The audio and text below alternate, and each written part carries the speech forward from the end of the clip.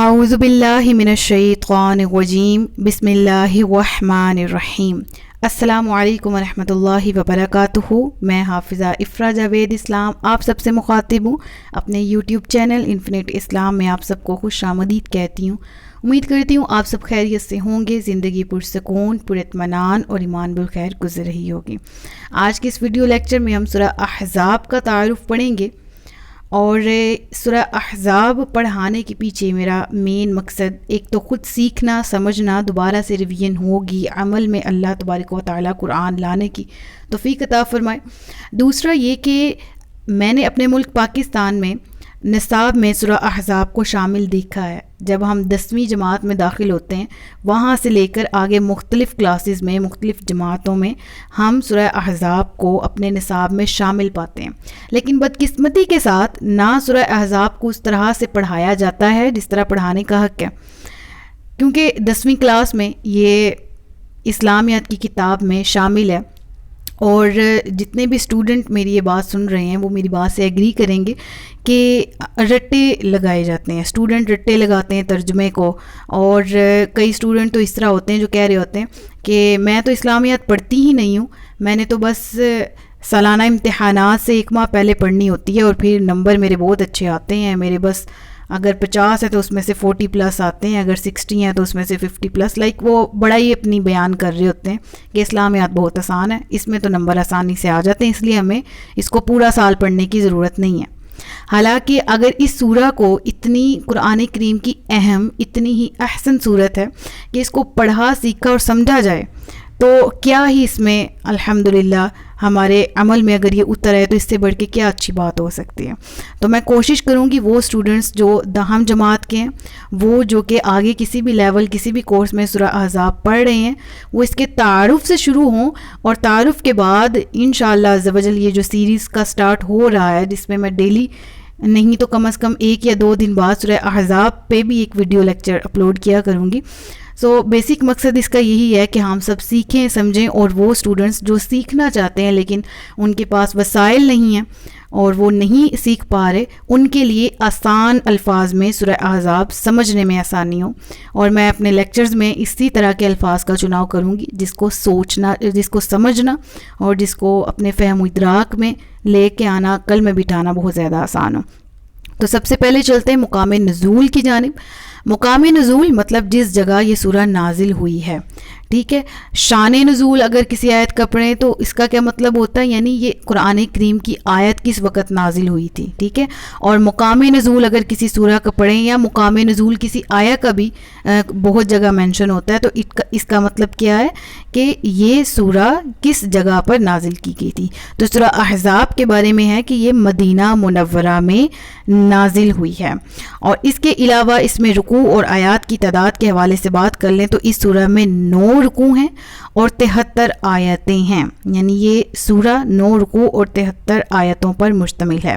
سورہ احزاب نام رکھنے کی وجہ کیا ہے تو ذرا اس کو غور سے سمجھ لیجئے کہ احزاب حزب کی جمع ہے، اور حزب کس کو کہتے ہیں؟ گروہ کو۔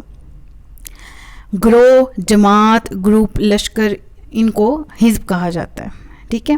اس سورہ کے دوسرے اور تیسرے رکوع میں غزوہ احزاب کا ذکر کیا گیا اور اس مناسبت سے اس سورہ کا نام سورہ احزاب رکھا گیا۔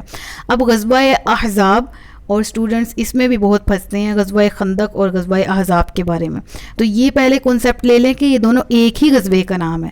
غزوہ خندق کیوں اس کو کہا جاتا ہے؟ کیونکہ اس میں گڑھے کھودے، خندق بنائی گئی تھی، گڑھے بنائے گئے تھے دشمن سے حفاظت کے لیے۔ مدینہ میں یہ پہلی جنگ تھی، پہلا غزوہ تھا جس میں اس طرح گڑھے بنائے گئے تھے، جس کی وجہ سے یہ جنگ غزوہ خندق کے نام سے مشہور ہوئی ہے غزوہ۔ اور دوسری بات یہ، اس کو غزوہ احزاب اس لیے کہا جاتا ہے کہ بیسیکلی اس میں ویسے تو کسی لشکر سے، کسی جماعت سے مسلمانوں کی لڑائی ہوتی تو وہ مشرکین مکہ تھے، ٹھیک ہے، اور جس طرح یہودیوں سے الگ وغیرہ وغیرہ اس طرح ہوتا تھا نا، ایک جماعت سے، ایک حزب سے لڑائی ہوتی تھی۔ تو یہ جو غزوہ احزاب تھا نا، اس کی انشاءاللہ ڈیٹیل میں ہم جائیں گے، الگ سے لیکچر میں اس کو پڑھیں گے۔ غزوہ احزاب میں مسلمانوں سے مختلف جماعتوں نے گروپنگ کر کے، یعنی یہودی بھی ساتھ مل گئے، منافقین بھی مل گئے اور مشرکین مکہ بھی مل گئے آپس میں، اور ان سب نے مل کے مسلمانوں پہ حملہ کیا تھا. تو یہ تمام جو ہیں وہ گروہ مل کے مسلمانوں پر مدینہ میں حملہ آور ہوئے تھے. اس وجہ سے اس کو حزب سے احزاب کہا جاتا ہے اور اس کو غزوہ احزاب بولا جاتا ہے. امید کرتی ہوں آپ کو اس بات کی سمجھ آ گئی ہوگی, اور انشاءاللہ عز و جل غزوہ احزاب پہ میرے لیکچر نوٹس ریڈی ہیں, مطلب سلائیڈز ریڈی ہیں. انشاءاللہ یہ بھی لیکچر ریکارڈ کرنے کی دیر ہے, تو وہ بھی میں آپ کو الگ سے ڈیٹیل بتا دوں گی کہ اس کا پاسٹ کیا تھا, یہ غزوہ کیوں ہوا, اور اس کے بعد میں نتائج کیا تھے. اور فتح تو یقینی طور پر اس میں مسلمانوں کی ہی ہوئی تھی, لیکن مسلمانوں کو کن مشکلات کا سامنا کرنا پڑا اور کفار کی تعداد کیا تھی, مسلمانوں کی کیا تھی, اس میں ڈیٹیل میں انشاءاللہ الگ سے لیکچر بنا دوں گی. تو آگے چلتے ہیں. اگلی سلائیڈ میں دیکھیں جی, غزوہ احزاب, غزوہ خندق, تو یہ دونوں سیم ہی ہیں. میں نے آپ کو بھی بتایا کہ نبی کریم صلی اللہ علیہ وسلم نے اپنے جان نثار صحابہ کرام رضی اللہ تعالی عنہم کے ساتھ مل کر مدینہ کے اطراف میں خندق کھود کر مدینہ کا دفاع کیا تھا.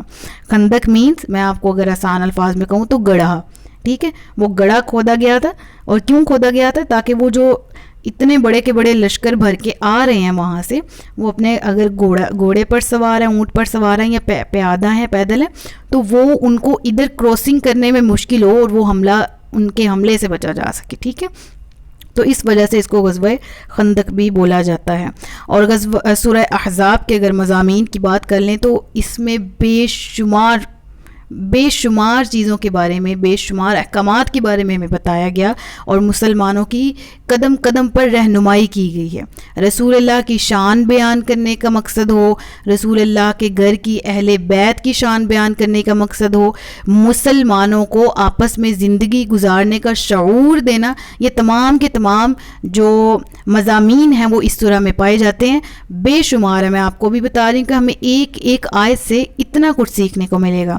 یہاں پر جو میں نے بہت کم مینشن کیے ہیں, اور یہ اس وجہ سے کیے ہیں کہ ان میں سے ہی بہت سے مسائل ہم جو آگے مزید آئیں گے ان کو ڈسکس بھی کریں گے, پڑھیں گے بھی, سیکھیں گے بھی اور سمجھیں گے بھی.